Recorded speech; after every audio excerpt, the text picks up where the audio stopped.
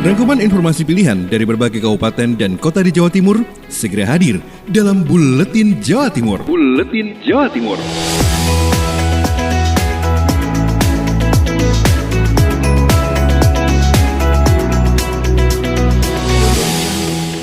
Salam jumpa sahabat di Buletin Jawa Timur untuk edisi hari ini, Senin 28 September 2020 bersama saya Bram M. Cetabidin.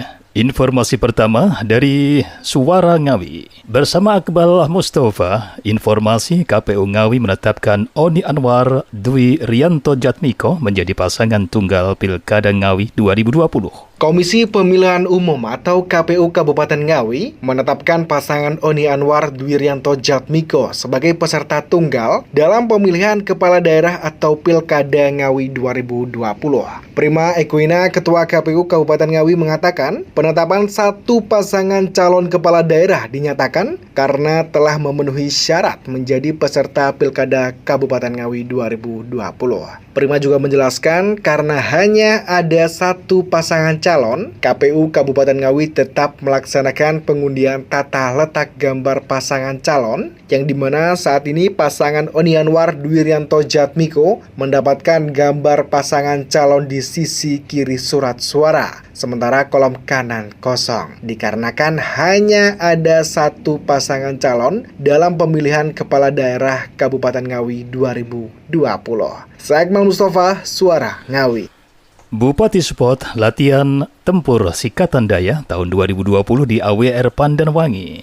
Informasi berikut bersama Bobby Wijayanto dari Suara Lumajang. Thoriqul Haq Bupati Lumajang bersama Marsekal Pertama TNI Wayan Suparman, Komandan Pangkalan Udara Abdul Rahman Saleh melaksanakan rapat koordinasi terkait persiapan latihan tempur Sikatan Daya tahun 2020 yang akan digelar di Lapangan Tembak Air Weapon Range AWR Pandanwangi. Latihan tempur Sikatan Daya tahun 2020 dijadwalkan akan digelar selama 3 hari. Dalam kesempatan tersebut, Bupati Lumajang menyampaikan terkait latihan tempur yang akan dilaksanakan oleh TNI AU, maka pemerintah Kabupaten Lumajang akan mensinkronkan dengan konsep military tourism. Jadi masyarakat nantinya akan bisa menyaksikan secara langsung latihan tempur dari TNI AU, baik dari segi kekuatan, kelebihan dan keistimewaan TNI Angkatan Udara yang akan melaksanakan latihan tempur di AWR Pandanwangi. Ia menjelaskan bahwa Pemkab Lumajang akan mendukung persiapan teknis dalam penyelenggaraan latihan tempur TNI AU. Bobby Wijayanto, Suara Lumajang FM, mengabarkan. Dari Suara Gresik, Isatun Hania menginformasikan 47 kades di Gresik deklarasi dukungan sukseskan Trijuang Pertanahan. Sahabat, sebanyak 47 kepala desa dari Kecamatan Sidayu dan Dukun Kabupaten Gresik mendeklarasikan dukungan untuk sukseskan Trijuang Pertanahan yang langsung disaksikan oleh Bupati Gresik Dr. Sambari Halim Radianto, Kepala BPN Gresik Asep Heri, dan Kepala Kanwil BPN Provinsi Jawa Timur Jonahar, serta anggota Forkopimda Gresik dan Dim 0817 Gresik Letkol Infantri Taufik Ismail, serta Wakapolres dan Kasih Intel Kejaksaan Negeri Gresik. Berlangsung di ruang Mandala Bakti Praja Kantor Bupati Gresik, mereka mendeklarasikan untuk mendukung dan mensukseskan program strategis nasional di bidang pertanahan. Menurut Kepala BPN Gresik, sebanyak 47 desa yang tersebar di Kecamatan Sidayu dan Dukun ini adalah desa binaan yang akan dijadikan percontohan pada program Trijuang ini, dan juga ada sebanyak 50.000 bidang tanah yang akan didasarkan nantinya untuk program ini. Selain itu, untuk kegiatan ini telah disiapkan pemasangan tapal batas dan sudah disiapkan sebanyak 150.000 patok untuk masing-masing desa. Bapak Bupati juga menyampaikan rasa terima kasih kepada jajaran Badan Pertanahan yang sudah banyak membantu masyarakat dalam memperoleh kepastian hukum tanah. Selain itu, beliau juga meminta agar Badan Pertanahan lebih menyederhanakan proses administrasi serta pembiayaannya agar masyarakat tidak terbebani. Saya Syatun Hania dari Suara Gresik melaporkan untuk Buletin Jawa Timur. Masih di Buletin Jawa Timur edisi Senin hari ini, berikut Kirana Nisa dari Mahardika FM Blitar. KPU Kota Blitar larang paslon gelar musik saat kampanye Pilwali 2020. Komisi Pemilihan Umum KPU Kota Blitar melarang kegiatan konser musik yang dilakukan pasangan calon paslon Pilwali saat memasuki tahap kampanye. Rangga Bismaditya, Komisioner KPU Kota Blitar Divisi Sosialisasi, Pendidikan Pemilih, Partisipasi Masyarakat dan SDM, dikonfirmasi Sabtu 26 September 2020 mengatakan, larangan itu mengacu pada PKPU nomor 13 tahun 2020 yang mengatur perubahan kedua atas PKPU nomor 6 tahun 2020 tentang pelaksanaan pemilihan gubernur dan wakil gubernur, bupati dan wakil bupati, dan atau wali kota dan wakil wali kota serentak. Lanjutan dalam kondisi bencana non-alam COVID-19, tidak hanya konser musik, dalam pasal 88C ayat 1 menyebut paslon dilarang menggelar rapat umum, pentas budaya, panen raya, kegiatan olahraga, dan kegiatan lain yang berpotensi mengumpulkan massa. Rangga menyebut paslon dan tim ses yang nekat melanggar aturan itu, maka akan dikenai sanksi sesuai aturan yang berlaku. Menurut Rangga, Bawaslu bisa memberikan sanksi peringatan tertulis, namun jika tim paslon tidak mengindahkan peringatan dalam waktu 1 jam, maka pihak berwajib berhak untuk melakukan pembubaran sesuai rekomendasi Bawaslu. Bawaslu nanti bisa melakukan peringatan tertulis, lalu kemudian setelah peringatan tertulis kemudian diindahkan dalam kurun waktu 1 jam, itu langsung bisa dibubarkan oleh pihak berwajib atas rekomendasi dari Bawaslu. Sementara itu, Sobat, untuk mensosialisasikan terkait larangan dalam PKPU nomor 13 tahun 2020, KPU Kota Blitar telah melaksanakan bimtek teknis kampanye dengan paslon dan stakeholder Kamis 24 September 2020 di salah satu hotel Jalan Anjasmoro, Kota Blitar. Kirana Nisa, Mahardika FM. Dari Kota Blitar, kita menuju ke RGR-FM Tulungagung bersama reporter Mega Kristi. Pelatihan buat olahan makanan kader PKK Tanggung Gunung. Kegiatan pelatihan keterampilan membuat olahan makanan bergizi untuk balita bagi kader PKK Desa sekecamatan Tanggung Gunung tahun 2020 berlangsung di Aula Kantor Camat Tanggung Gunung. Dalam acara yang diikuti sekitar 35 orang tersebut terdiri dari unsur PKK Kecamatan, Ketua Pokja 2 Desa, Kader Keterampilan Pokja 2 Desa, Ketua Poksus OP2K PKK, dan Kader Taman Posyandu masing-masing desa sekecamatan Tanggung Gunung, serta Pokja 2 TPPKK Kabupaten.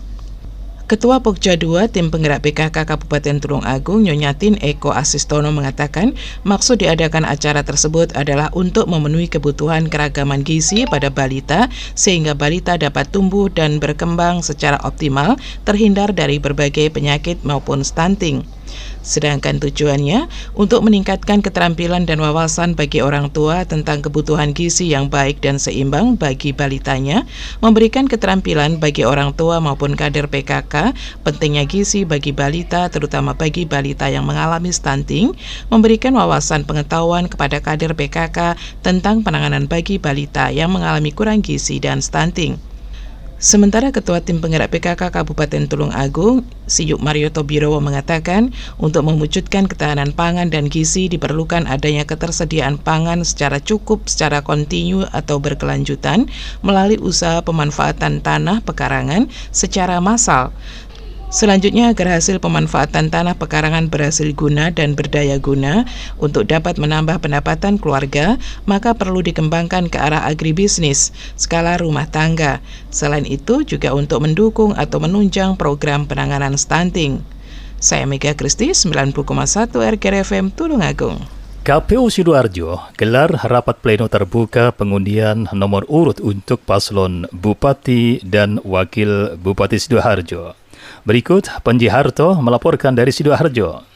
Komisi Pemilihan Umum Kabupaten Sidoarjo bertempat di VIP Hotel Kamis siang 24 September 2020 menggelar rapat pleno terbuka pengundian nomor urut pasangan calon Bupati dan Wakil Bupati Sidoarjo pada perhelatan Pilkada 2020 tanpa dihadiri oleh pasangan calon Kelana Aprilianto dan Dwi Astuti dikarenakan masih menjalani proses verifikasi administrasi sesudah pada awal pemeriksaan satu diantaranya positif COVID-19 dan harus menunggu masa isolasi. M. Iska, Ketua KPU di Sidoarjo, menyampaikan untuk paslon Kelana Aprilianto dan Dwi Astuti masih diberikan kesempatan perbaikan syarat berkas calon hingga tanggal 27 September 2020. Terkait pasangan yang diusung oleh partai PDIP maupun PAN, perbaikannya sampai tanggal 27. Tanggal 27 kalau memang sudah tidak ada persoalan, maka di tanggal 28 kita tetapkan sebagai calon. Langsung mendapat nomor urut 3. Sekaligus akan kita berikan nomor urut 3. Apabila sampai dengan tanggal yang sudah ditetapkan, dari hasil rekomendasi dokter menyatakan tidak memenuhi syarat, maka partai pengusung paslon bisa menggantinya dengan calon lain. Demikian laporan Panji Harto. Dari Suara Pasuruan, berikut ini Sofia Latif menginformasikan Polres Pasuruan siap kawal pengetatan protokol kesehatan di Kabupaten Pasuruan. Kapolres Pasuruan AKBP Rafiq Kripto Himawan kepada Emil Akbar, reporter Suara Pasuruan, mengaku melakukan tindakan tegas terhadap masyarakat yang masih abai terhadap kebijakan pemerintah dalam memutus mata rantai penyebaran COVID-19. Kapolres juga bilang 14 hari ke depan, terhitung mulai tanggal 24 September hingga 8 Oktober 2020, fokus melakukan upaya pendisiplinan supaya angka penyebaran virus corona bisa ditekan. Iya. Polres dalam hal ini, dalam struktur gugus tugas kita ini adalah wakil sebagai pelaksana dari kebijakan Kepala Gugus Tugas, sehingga berdasar surat edaran dari Bapak Bupati Pasuruan sebagai Kepala Gugus Tugas, ya bagaimana kita kemudian mengoptimalkan aturan itu bisa terlaksana di lapangan, bahwa selama 14 hari ke depan kita akan fokus melakukan upaya-upaya pendisiplinan supaya angka penyebaran ini bisa kita tekan, supaya fatality rate yang terjadi di Pasuruan ini juga bisa kita tekan, karena kita termasuk tinggi, sudah di 153 yang meninggal selama pandemi COVID. Ini harus kita lakukan langkah-langkah sesuai dengan apa yang menjadi kebijakan Bupati, yang menjabarkan apa yang menjadi kebijakan Gubernur, dan itu merupakan kebijakan dari Presiden Republik Indonesia. Kita berharap masyarakat sama-sama kita menyadari bahwa ini tidak akan bisa ditangani kalau tidak ada peran aktif dari masyarakat. Jangan kemudian kita dianggap sebagai orang yang menyusahkan masyarakat. Enggak, kita ini ingin menyelamatkan masyarakat, tapi kita tidak akan bisa bekerja kalau masyarakat tidak kooperatif. Ya, kita berharap tidak ada lah operasi justisi yang akhirnya masyarakat harus didenda. Harapannya begitu, tapi kalau terpaksa harus dilakukan, kita akan lakukan. Maka harapan kita udahlah protokol kesehatan kerjakan. Sofia Latif, Suara Pasuruan. Ratusan peserta ikuti SKB CPNS 2019. Dari Suara Kota Probolinggo, berikut laporan Vivi Agustiani. Pemerintah Kota Probolinggo menggelar tes seleksi kompetensi bidang penerimaan calon pegawai negeri sipil formasi tahun 2019 hari Sabtu lalu. Tes tersebut sempat tertunda akibat adanya wabah COVID-19. Sekretaris Daerah Kota Probolinggo Nini Irawibawati yang datang meninjau pelaksanaan SKB tersebut mengingatkan peserta untuk tetap percaya diri dan tenang dalam mengisi soal-soal ujian yang ada dan tidak mudah percaya pada oknum yang menawarkan kelulusan ke jenjang berikutnya dengan imbalan-imbalan tertentu dan bahkan harus berani melaporkan. Hal tersebut juga dibenarkan oleh Kepala Kantor Regional 2 Badan Kepegawaian Negara Surabaya Tauhid Jatmiko yang kala itu didampingi Kepala Badan Kepegawaian dan Pengembangan Sumber Daya Manusia Kota Probolinggo Gogol Sujarwo, juga Kepala Bagian Pemerintahan Puji Aji. Tauhid menambahkan, pelaksanaan tes SKB CPNS pada tahun ini berbeda dengan tahun-tahun sebelumnya. Pasalnya, situasi dan kondisi di tengah wabah pandemi COVID-19 membuat agenda perekrutan calon pegawai dilakukan sesuai dengan protokol kesehatan. Tercatat jumlah peserta yang mengikuti SKB penerimaan CPNS formasi tahun 2019 di lingkungan Kota Probolinggo sudah menyentuh angka 120 orang per sesinya dengan pembagian 3 sesi, yaitu pukul 8:30 pagi, pukul 11:30 siang, dan pukul 2:30 sore. Ternyata jumlah tersebut belum termasuk yang di luar Kota Probolinggo. Pasalnya, ada 14 peserta lain yang melakukan tes di luar kota, tepatnya di kantor regional terdekat dengan domisili mereka. Vivi Agustiani, Suara Kota Probolinggo. Ninda Olivia dari Persada FM. Pantau kondisi atlet, KONI Kabupaten Blitar monitor langsung ke tempat latihan. Ketua Komite Olahraga Nasional Indonesia KONI Kabupaten Blitar Tony Andreas mengatakan akibat pandemi COVID-19 yang tidak hanya terjadi di Indonesia, bahkan seluruh dunia membuat banyak event dibatalkan atau ditunda, baik itu event nasional ataupun event internasional. Meski demikian, para atlet juga terus dituntut menjaga kondisi fisik dan kebugarannya untuk mempersiapkan kejuaraan yang bakal diikuti. Pihaknya memastikan melakukan monitoring langsung di tempat latihan cabang olahraga yang bersiap mengikuti Porprov ke-7 nanti, seperti cabang olahraga tinju di Kecamatan Glego serta cabang olahraga sepak takraw di Kecamatan Senen Kulon. Menurutnya, meski event Porprov ditunda pada tahun 2022, namun para atlet tidak boleh mengendarkan semangat. Latihan rutin dengan menerapkan protokol kesehatan wajib terus dilakukan. Kita sekarang ada program monitoring ke seluruh cabang olahraga. Monitoring tujuannya untuk melihat satu, kondisi fisik kesehatan atlet kita. Tony menambahkan, bagi atlet yang usianya melampaui ketentuan karena tertundanya event akibat pandemi tidak perlu khawatir karena akan ada kebijakan khusus yang nanti akan diberikan terkait persyaratan usia. Ninda Alivia, Radio Bersadi FM Blitar. Masih di Buletin Jawa Timur untuk Senin hari ini, Kolik Maulidi dari Realita FM Pamekasan. Seminggu, ratusan orang terjaring melanggar protokol COVID-19 di Pamekasan. M. Yusuf Wibisono, Kepala Bidang Penegakan Peraturan Daerah Satuan Polisi Pamong Praja atau Satpol PP Pamekasan, yang juga tim gabungan operasi justisi menyebut dalam seminggu kemarin, sebanyak ratusan orang lebih terjaring melakukan pelanggaran protokol kesehatan COVID-19 dengan tidak menggunakan masker saat berada di jalan raya maupun berkumpul di suatu tempat. Mereka yang melanggar, kata Yusuf, langsung disidang di tempat. Bagi yang membayar denda adalah mereka yang sengaja tidak membawa masker. Sementara yang membawa masker namun tidak dipakai masih diberikan hukuman ringan dengan cara menghafal Pancasila dan menyanyikan lagu Indonesia Raya. Besaran denda menurut Yusuf untuk perorangan paling tinggi 100.000, sementara untuk perusahaan paling tinggi 500.000. Hal itu sesuai dengan peraturan Bupati tahun 2020 tentang menegakkan protokol kesehatan COVID-19. Tindakan justisi ini mulai tanggal 14. Pertama kita melakukan operasi, terjaring 86 pelanggar yang langsung kita sidang tipiring. Pada siang hari, pada malam harinya kurang lebih 50 dan hari-hari berikutnya cenderung menurun. Jadi secara grafik ini mulai sadar yang pertama, yang kedua efek jerah mungkin sudah mulai ada. Yusuf juga menjelaskan operasi justisi ini dalam rangka membangun kesadaran masyarakat agar peduli kepada orang lain di masa pandemi COVID-19 yang saat ini masih belum berlalu dari bumi Gerbang Salam.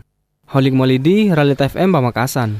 Petugas gabungan dari Bawaslu Tuban tertibkan APK Cabub dan Cawabub.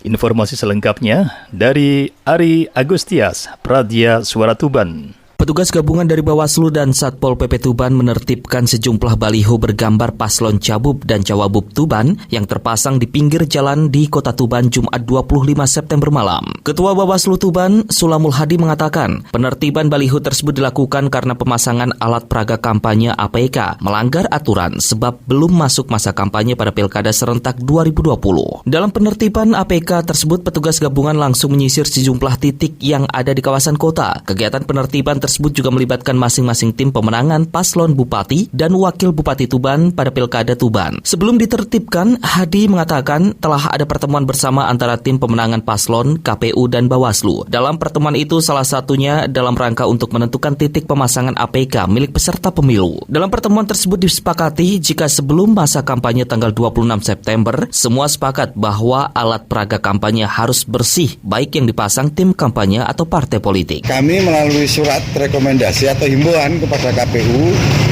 Jadi kami sampaikan agar KPU memberikan surat himbauan penertiban. Kemudian kita lanjutkan dengan melakukan koordinasi bersama tim pemenangan paslon. Dan alhamdulillah pada saat ini kegiatan penertiban alat peraga diikuti oleh tim pasangan calon. Ari Agustias, Pradya Suara Tuban untuk Buletin Jawa Timur. Dari Suara Madiun, berikut laporan reporter Ben Chandra. Paripurna terkait regulasi, Pemkot Madiun DPRD sepakati bahas 33 raperda pada 2021 mendatang. Pemerintah Kota Madiun bersama DPRD setempat sepakat untuk melakukan pembahasan 33 raperda di tahun 2021 mendatang. Rinciannya, 27 raperda usulan pemerintah Kota Madiun dan 6 raperda inisiatif DPRD Kota Madiun. Tahun anggaran 2021 memang masih beberapa bulan ke depan. Namun rencananya pembahasan rancangan peraturan daerah atau raperda sudah mulai kentara dari sekarang. Pada rapat paripurna penetapan program pembentukan peraturan daerah atau Prompeperda 2021 di DPRD Kota Madiun, Selasa 22 September 2020 kemarin, Wali Kota Madiun Meidi mengatakan inti dari raperda itu akan menyempurnakan kegiatan ke depan, baik raperda baru maupun yang pembaruan dari perda yang sudah ada. 27 raperda tersebut memang didominasi pembaruan perda yang sudah ada. Di antaranya, perubahan Perda tentang izin satuan pendidikan nonformal, perubahan Perda tentang pengendalian peredaran minuman beralkohol, perubahan Perda tentang penataan pembinaan toko swalayan dan pusat perbelanjaan, perubahan Perda tentang izin mendirikan bangunan, perubahan Perda tentang usaha pariwisata, hingga Perda terkait perencanaan ketenaga kerjaan. Sedangkan Raperda inisiatif DPRD Kota Madiun diantaranya Raperda pencegahan dan penanggulangan penyakit hingga Raperda pengurangan produk kemasan berbahan plastik sekali pakai. Pembahasan 33 Raperda tersebut ditargetkan tuntas di tahun anggaran 2021. Selain itu, keberadaan Perda diharapkan memperlancar program kerja pemerintah. Seperti diketahui, terdapat 33 program prioritas Wali Kota Maidi dan Wakil Wali Kota Indaraya. Program wajib berjalan sebagaimana mestinya. Bahkan, Wali Kota berharap adanya payung hukum setiap program tersebut agar semakin lancar dalam pelaksanaannya. Ben Chandra, Radio Suara Madiun. Sahabat, sekian Buletin Jawa Timur untuk edisi Senin hari ini. Saya Bram Abidin MZ, sampai jumpa. Rangkuman informasi pilihan dari berbagai kabupaten dan kota di Jawa Timur baru saja sahabat dengarkan dalam Buletin Jawa Timur. Buletin Jawa Timur. Buletin Jawa Timur bisa sahabat dengarkan Senin sampai Jumat jam 8 pagi dan 4 sore. Disiarkan serentak di Lembaga Penyiaran Publik Lokal Suara Sidoarjo, Persada Kabupaten Blitar, Mardika Kota Blitar, Ralita Pamekasan, Suara Sampang, Suara Kota Probolinggo, Suara Lumajang, Suara Pasuruan, Blambangan Banyuwangi, Wika Mojokerto, Suara Gresik, Pradia, Suara Tuban, Malawapati Bojonegoro, Ersal Nganjuk, Suara Madiun, Suara Ngawi, Suara Pacitan, Praja Angkasa Trenggalek, Magetan Indah, dan RGR Tulungagung. Persembahan dari Asosiasi Lembaga Penyiaran Publik Lokal Jawa Timur.